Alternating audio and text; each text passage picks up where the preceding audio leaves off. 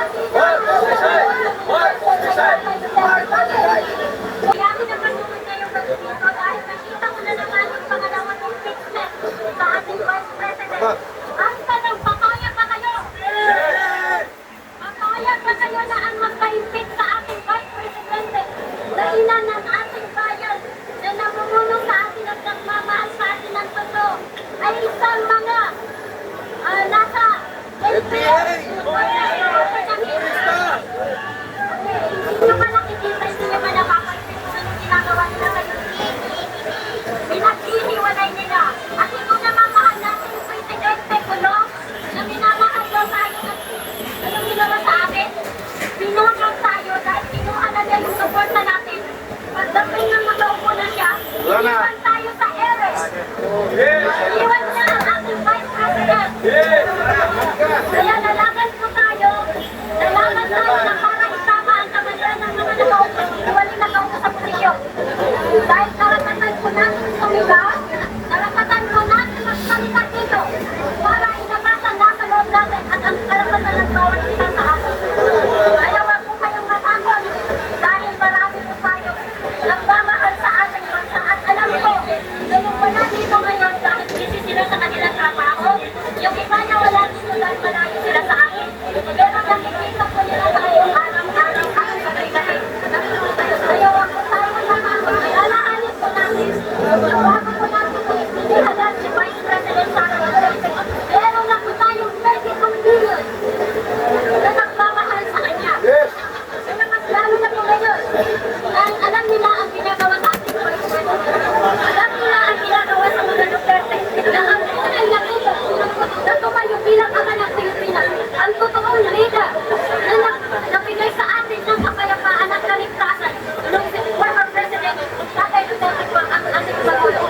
Nawala yung mga adik sa daan, nawala yung mga reki sa daan, at maalam ko na alam ninyo na maraming nasirang pamilya dahil sa tropa.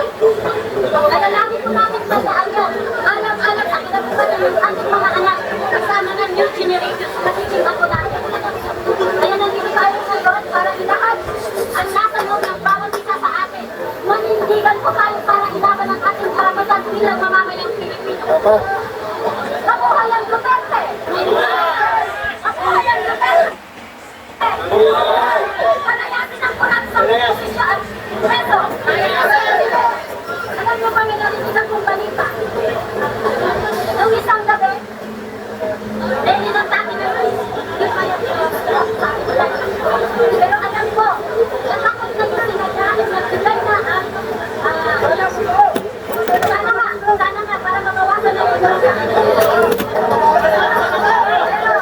pero hindi tayo ganun kasama sa kanila. Anong ipanalangin natin? Sana, mabigyan ng pagkakaroon pinaglalaban natin. Dahil ano ng God, alam ni Allah na kung ano yung nasa loob ng bawat isa sa atin.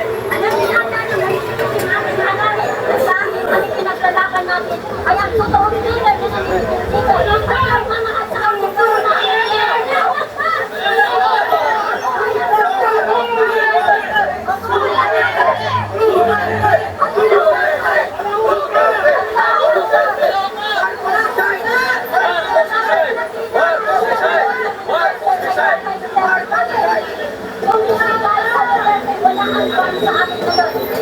ilang administrasyon ang mga dumaan sa akin doon sa pagkuha ko.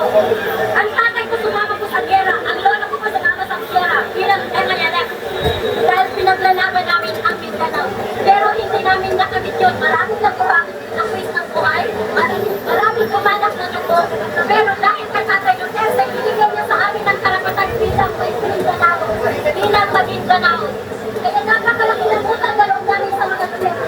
Sa mga kapwa ko Muslim na nanawagan ko ako sa Dilo, makinig kayong lahat. Luzon, Visayas at Mindanao. Lagi ko lang ang lahat. Si Tatay Duterte ang nabigay ng karapatan sa ako bilang Mindanao. I-click ko si Bongbong Marcos. Kaya ano nyo yan? Ang larang kong tandaan.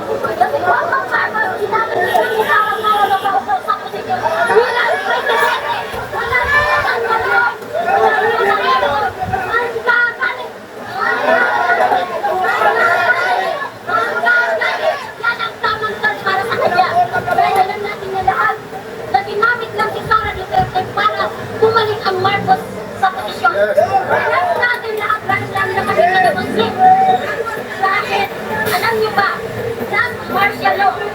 Tumatak sa amin, lalo na sa kababayan ko sa panimba. Ang kailan ng pagkamatay ng maraming Muslim.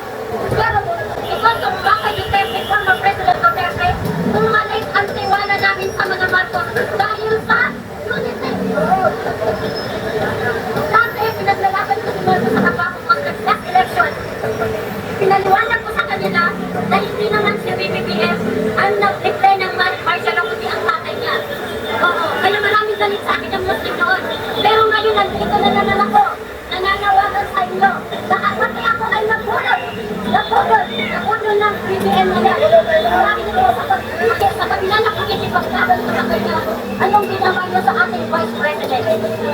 Kaya ang tanong ngayon, papayag ba kayo na ang magpaingkit sa ating Vice President ay ang mga pinuto ng NPA?